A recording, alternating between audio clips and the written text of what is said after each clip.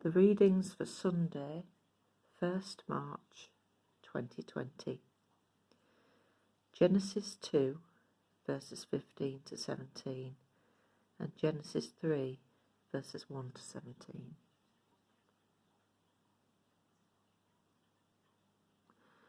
The Lord God took the man and put him in the Garden of Eden to work it and take care of it. And the Lord God commanded the man, "You are free to eat from any tree in the garden, but you must not eat from the tree of the knowledge of good and evil, for when you eat of it, you will surely die." Now the serpent was more crafty than any of the wild animals the Lord God had made. He said to the woman, "Did God really say you must not eat from any tree in the garden?" The woman said to the serpent, "We may eat fruit from the trees in the garden, but God did say, you must not eat fruit from the tree that is in the middle of the garden, and you must not touch it, or you will die." "You will not surely die," the serpent said to the woman, "for God knows that when you eat of it, your eyes will be opened, and you will be like God, knowing good and evil." When the woman saw the fruit of the tree, it was good for food and pleasing to the eye, and also desirable for gaining wisdom, she took some and ate it. She also gave some to her husband who was with her, and he ate it. Then the eyes of both of them were opened, and they realized that they were naked. So they sewed fig leaves together and made coverings for themselves. Then the man and his wife heard the sound of the Lord God as he was walking in the garden in the cool of the day, and they hid from the Lord God among the trees of the garden. But the Lord God called to the man, "Where are you?" He answered, "I heard you in the garden, and I was afraid because I was naked, so I hid." And he said, "Who told you that you were naked? Have you eaten from the tree which I commanded you not to eat?" The man said, "The woman you put here with me, she gave me some fruit from the tree, and I ate it." Then the Lord God said to the woman, "What is this that you have done?" The woman said, "The serpent deceived me, and I ate." So the Lord God said to the serpent, "Because you have done this, cursed are you above all the livestock and all the wild animals. You will crawl on your belly, and you will eat dust all the days of your life. And I will put enmity between you and the woman, and between your offspring and hers. He will crush your head, and you will strike his heel." To the woman he said, "I will greatly increase your pains in childbearing. With pain you will give birth to your children. Your desire will be for your husband, and he will rule over you." To Adam he said, "Because you listened to your wife and ate from the tree which I commanded you, you must not eat of it. Cursed is the ground because of you. Through painful toil you will eat of it all the days of your life."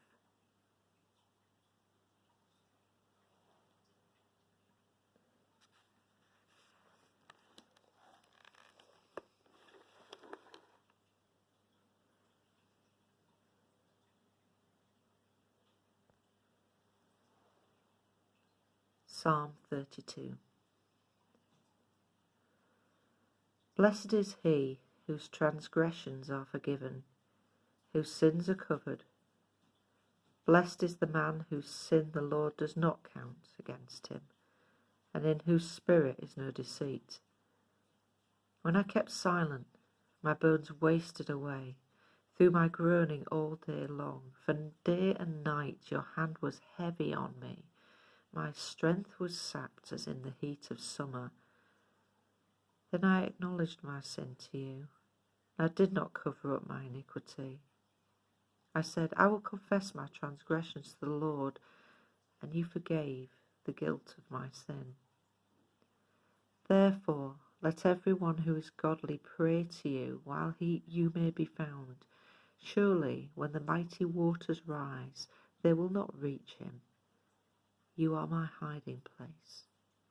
You will protect me from trouble and surround me with songs of deliverance. I will instruct you and teach you in the way you should go.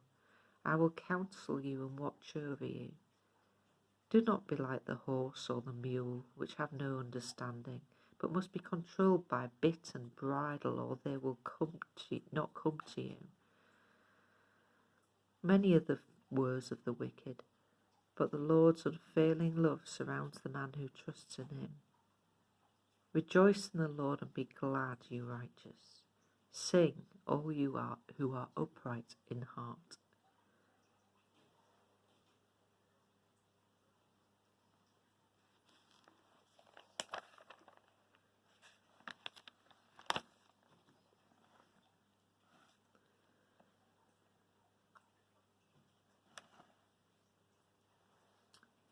Romans 5, verses 12 to 19. Therefore, just as sin entered the world through one man, and death through sin, and in this way death came to all men because all sinned. For before the law was given, sin was in the world, but sin is not taken into account when there is no law. Nevertheless, death reigned from the time of Adam to the time of Moses, even over those who did not sin by breaking a command, as did Adam, who was a pattern of the one to come. But the gift is not like the trespass.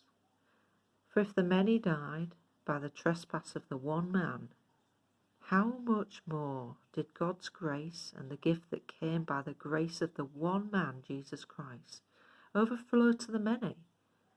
Again, the gift of God is not like the result of one man's sin. The judgment followed one sin and brought condemnation, but the gift followed many trespasses and brought justification. For if, by the trespass of one man, death reigned through that one man, how much more will those who receive God's abundant provision of grace and of the gift of righteousness reign in life through the one man, Jesus Christ? Consequently, just as the result of one trespass was condemnation for all men, so also the result of one act of righteousness was justification that brings life for all men. For just as through the disobedience of the one man the many were made sinners, so also through the obedience of the one man the many will be made righteous.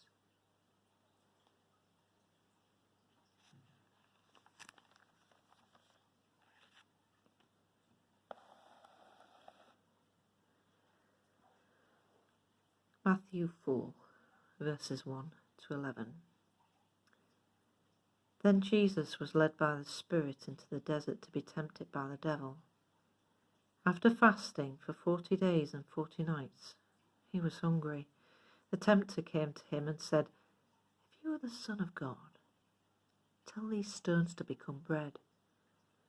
Jesus answered, "It is written, man does not live on bread alone, but on every word that comes from the mouth of God." Then the devil took him to the holy city and had him stand on the highest point of the temple. "If you are the Son of God," he said, "throw yourself down, for it is written, he will command his angels concerning you, and they will lift you up in their hands, so that you will not strike your foot against a stone." Jesus answered, "It is also written, do not put the Lord your God to the test." Again, the devil took him to a very high mountain and showed him all the kingdoms of the world and their splendor. "All this I will give you," he said, "if you will bow down and worship me." Jesus said to him, "Away from me, Satan, for it is written, worship the Lord your God and serve him only." And then the devil left him, and the angels came and attended him.